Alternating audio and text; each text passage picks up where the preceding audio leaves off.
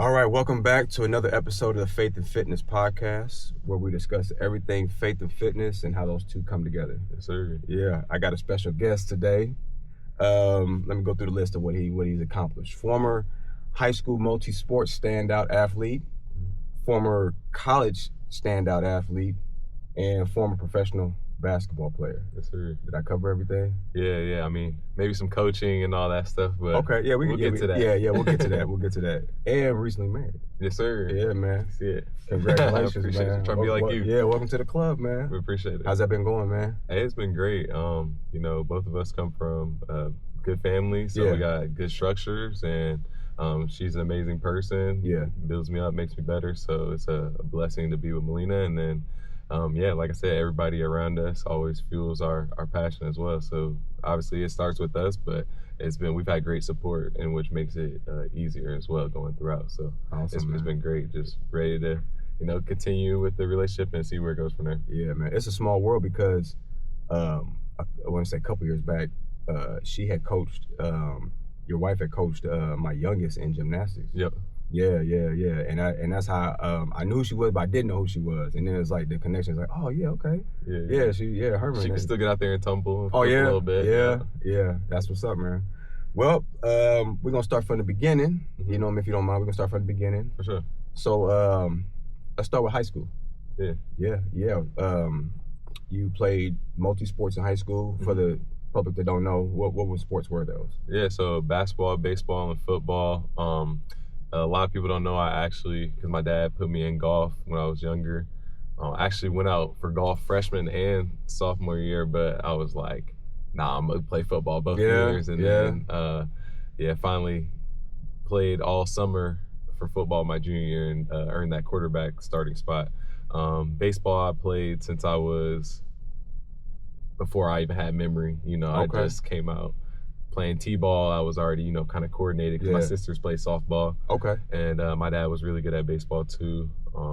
Football, I didn't really play until 7th grade. I played flag before that. Mm-hmm. And then I played tackle 7th grade, and then once again in 9th grade, like I said. But then basketball, I was talking to Melina about this last night. It's like a lot of people, they have to learn how to shoot in the mechanics. I was already just chucking it up there. Yeah. My earliest memories are at like Southeast games, and then at games where my dad was refereeing, just throwing the ball in the hoop. So by the time I was 3, 4, when I'm starting formulating good memories, like I was already shooting. Like I never really had to go through that process of like how to shoot really. So I've been playing sports my whole life. Soccer as a young kid, which is where a lot of my footwork comes from. Yeah. Shout out to our former mayor, Jim Langfelder. He was my soccer coach when I was younger. So we had a lot of footwork, and a lot of my guys that I ended up playing at Southeast with, we played soccer, baseball, football together growing up. Okay, cool, man. So it sounds like you playing so many sports, it helped the other sports. Mm-hmm. You know what I mean? Yeah, for sure. Yeah. When you're in basketball and you're doing a cut, or you're in basketball and you have to stop on a dime, like a lot of that stuff comes from my baseball, really, or a lot of that stuff comes from football, really just running for your life, you know what I mean? And then, like I said, the footwork, soccer helps a lot. So I think being able to do a lot of different performance like feats and trying to react in certain ways allows you to translate that to really mainly for basketball, because I think basketball does the best job of putting it all together. Mm-hmm. But they just all balance each other and help you become a better athlete in general. So you were never really, seemed like from doing all that, you were never out of shape. No. I would say the most out of shape is during baseball season, because you're just kind of chilling there a lot, and then you don't really get to, like my senior year, I felt it the most, that transition from after basketball season to baseball. I felt like that was when I was like, oh yeah, I'm not really playing I wasn't playing AAU, so I wasn't playing both sports at the same time, which my whole life I was playing multiple sports at the same time. So like you said, it keeps you in shape. But when that one time when I was only focusing on baseball, that was the only time I was like, dang, I kind of feel a little bit heavier. I gotta get back to it. I definitely was never out of shape, but I don't think my eating habits as a younger kid helped me be my at my highest potential. Whereas like now I have a way better understanding of what I need to eat, how to fuel my body. Gotcha. That's understandable. You know what I mean? They most athletes say that across the board. You know what I mean? When they're younger, especially because you can eat what you want, you metabolize, you break down. It still ain't good, but you can pull it off. And you don't know, until you know that. Yeah, I wasn't really eating how to perform at my best. For sure. I mean? Yeah, like fried foods, a lot of bread, cheese, like candy, chips, snack, pretty much all the stuff that they put in the schools, which not knocking people that, do our vending machines and all that stuff, but a lot of that stuff's not very healthy, and it's processed. And so just trying to understand the difference between all those different food groups really helped me understand my body and what I personally need to go out and perform. And I really think fueling with water, protein, creatine, understanding all that stuff helped me like really excel once I got to college and pro. So when you're in high school, what sport do you feel was like where nutrition played the biggest part? I would say basketball. Football, if you play both sides, if you're playing offense and defense in football, you definitely have to be in tremendous shape because you're not coming off the field that long, right? Yeah. Especially if you play special teams too. You're on the field the whole time. But basketball, the way we play in Central Illinois, Southeast Lanphier game is a track meet. And even SHG, Springfield, even like Rochester, Glenwood, they're starting to play a little bit faster. Yeah. So basketball, you got to be in the best shape, I definitely think, especially if you're going to full court press and then somebody's going to full court press you. So, yeah, that makes sense. And then that's small guards, like me, I had to get to college, you got to pick up full court. So if you could do that in high school, that's going to prepare you for next level. Makes the transition easier. Yeah.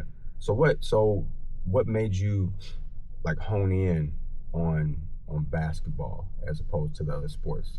I mean, first off, indoor, don't have to worry about rain delays, cancellations. Even if it's snowing, if the bus can make it to the game, you're going to play that game. And I think that plays into a lot of it being up north. A lot of my family, my dad's side's up here, so I figured if I was going to go to school up north, then basketball would probably be a lot more manageable for myself, and it's a fun atmosphere.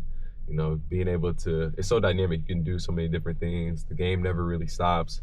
So there's time to think, but there's also time to just create. I think of athletes as artists, and you're the game is your canvas, and you're being able to do that at any given time. Whereas football, you gotta wait for the coach to give you the play. You gotta make sure everybody lined up. And then you might get a penalty before you even start the play and stuff. And then baseball, you could be just sitting there the whole time, ball never come to you.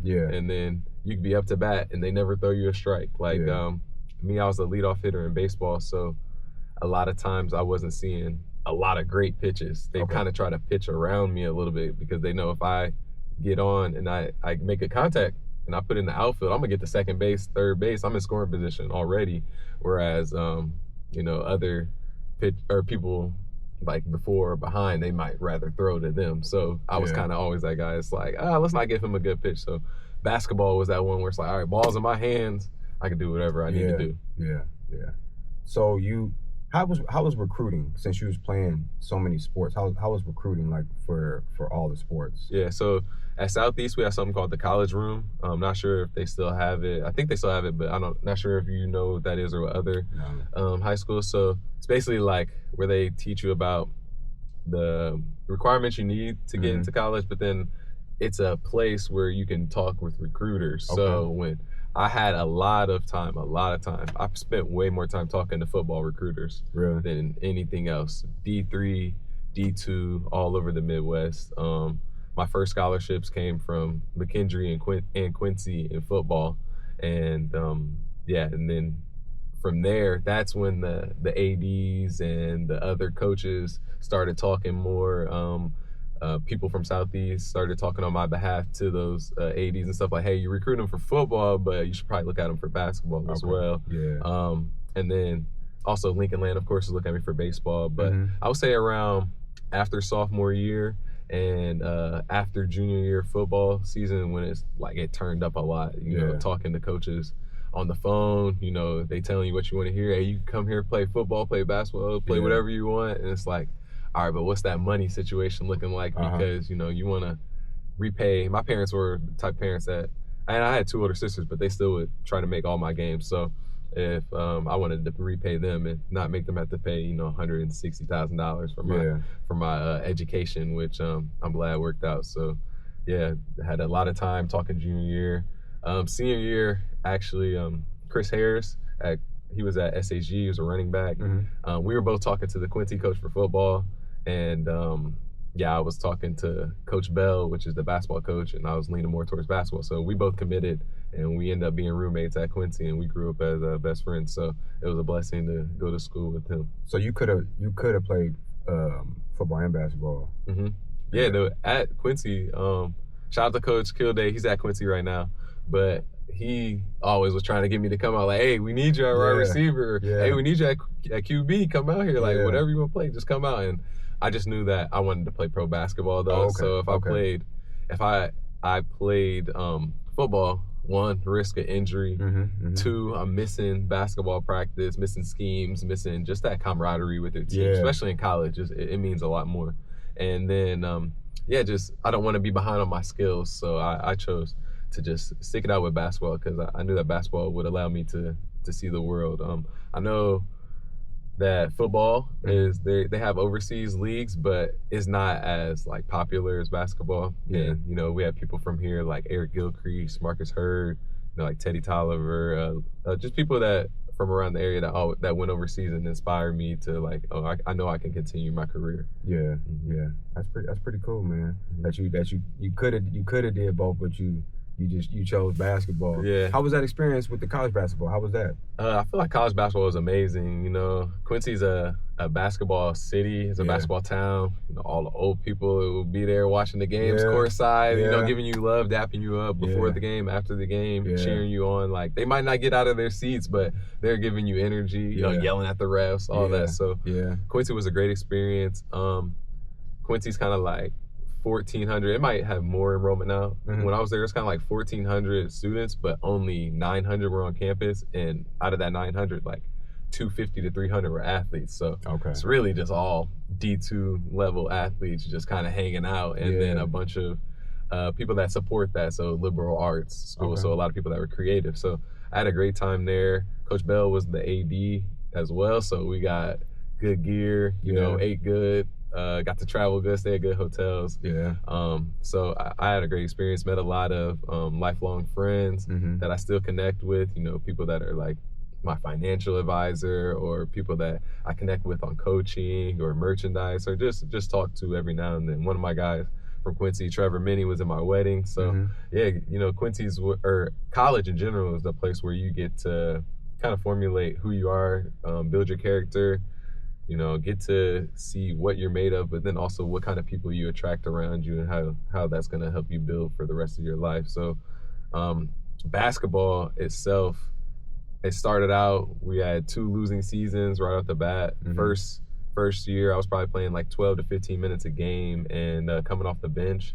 But it was a great experience, even being able to play that much. As a freshman, that's a lot of minutes. And I got to run the 1, run the 2, just do whatever my team needed. And I averaged probably about 6 points or something, maybe even less, 4.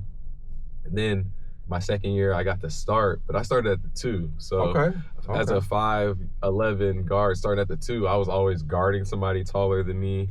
I was always kind of out of position because I'm more of a playmaker, than a shooter at that level. Whereas they're not really running plays for me to just catch and shoot. It's much more running plays for me to get it and go off the pick and roll. So that was an adjustment.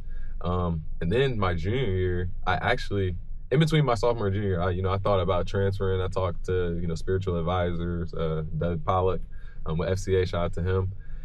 Talked to, my dad, talked to my grandma, and they just, pray on it. And I ended up staying. And after that, during my junior year, it was one of my most fun times, but I wasn't even really starting. Me and this guy, Nate Desjardins, he's kind of a little bit taller than me, 1-2 combo as well. You already knew at the first media timeout, me and him were coming off the bench, and like it was such a staple that the Quincy paper made made an article just for us. Like it was like titled Pit Bulls, because when we come off, we're coming up picking up full court, and we're gonna change the momentum of the game, and they just talked about that. And I think that led into our starting point guard, TJ Jackson. Unfortunately, he came down. It was actually against UIS at Quincy. He went up for a layup. Somebody like knocked him out of the air and he slid.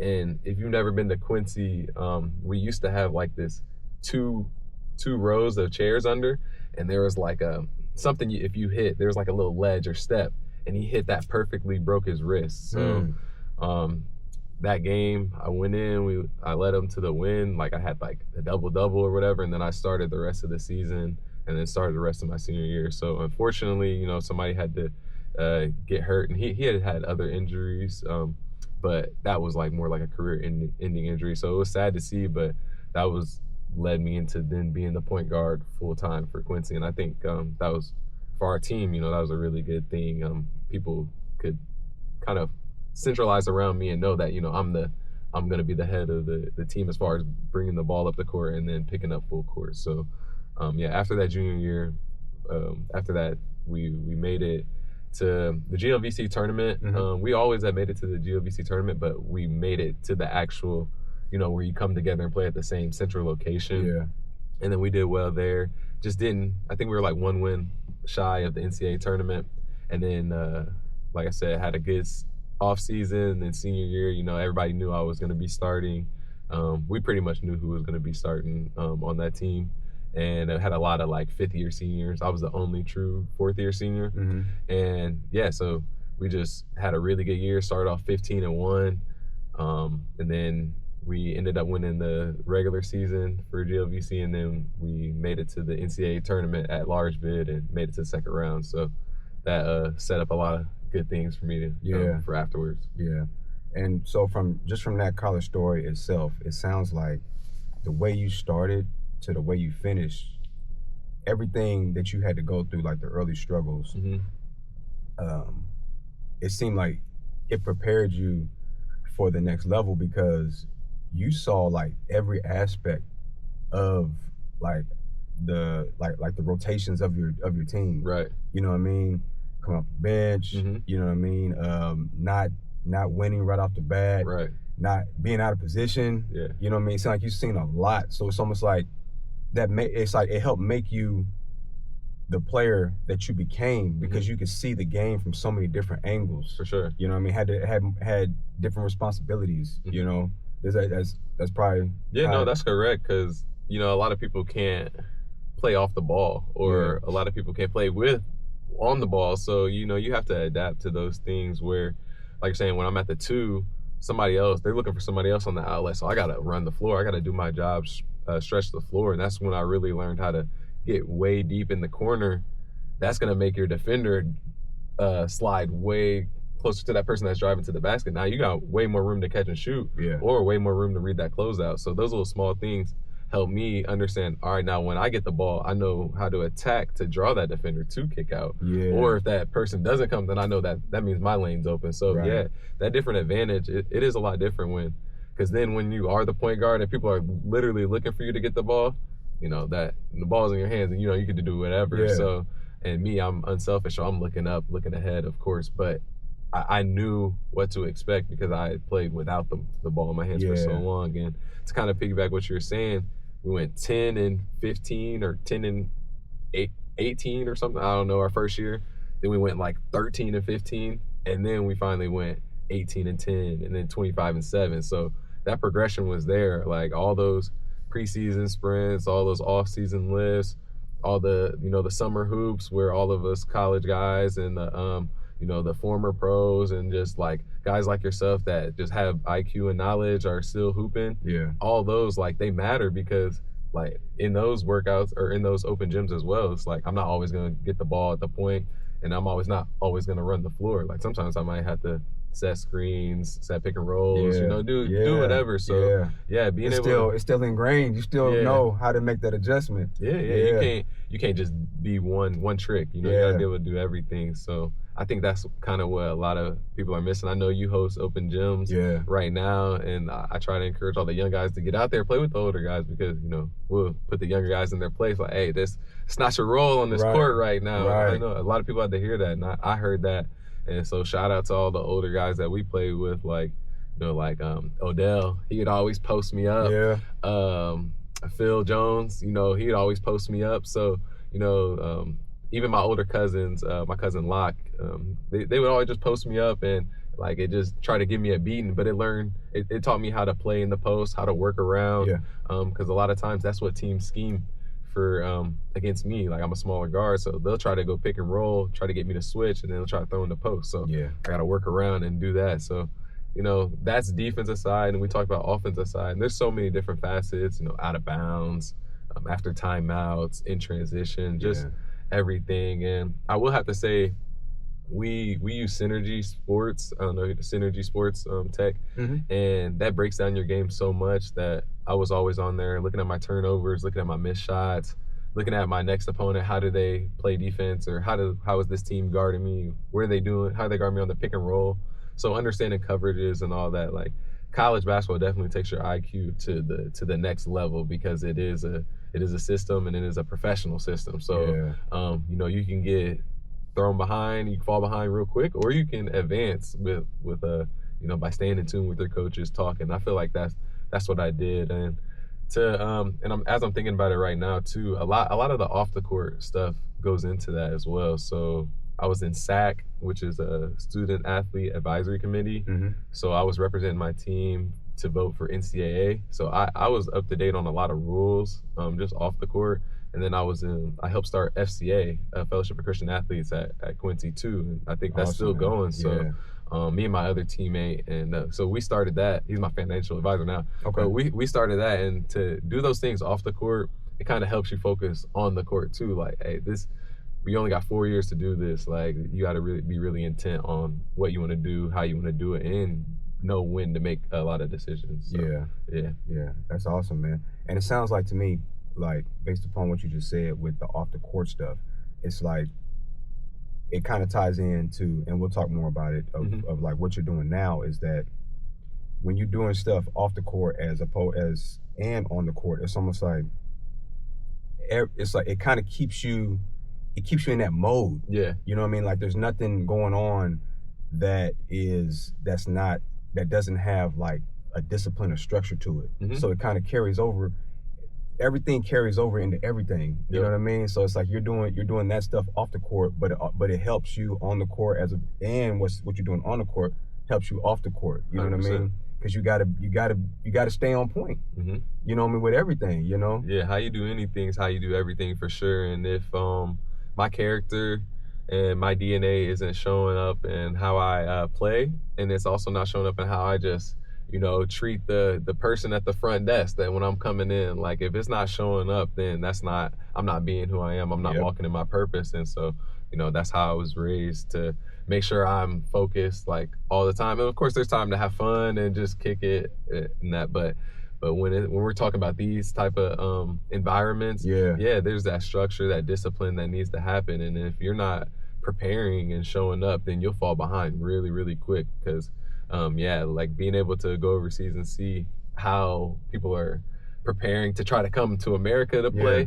the spots are limited. So if you're not working and you're not ready, somebody else will take your spot, and that coach will be happy to give it to somebody else, or that AD or whoever it is that is trying to recruit you. They'll be happy to give it to somebody that deserves it. And like you just said, when you were touching on the college, when you were saying like, making sure you're up to speed and how you can fall behind quick.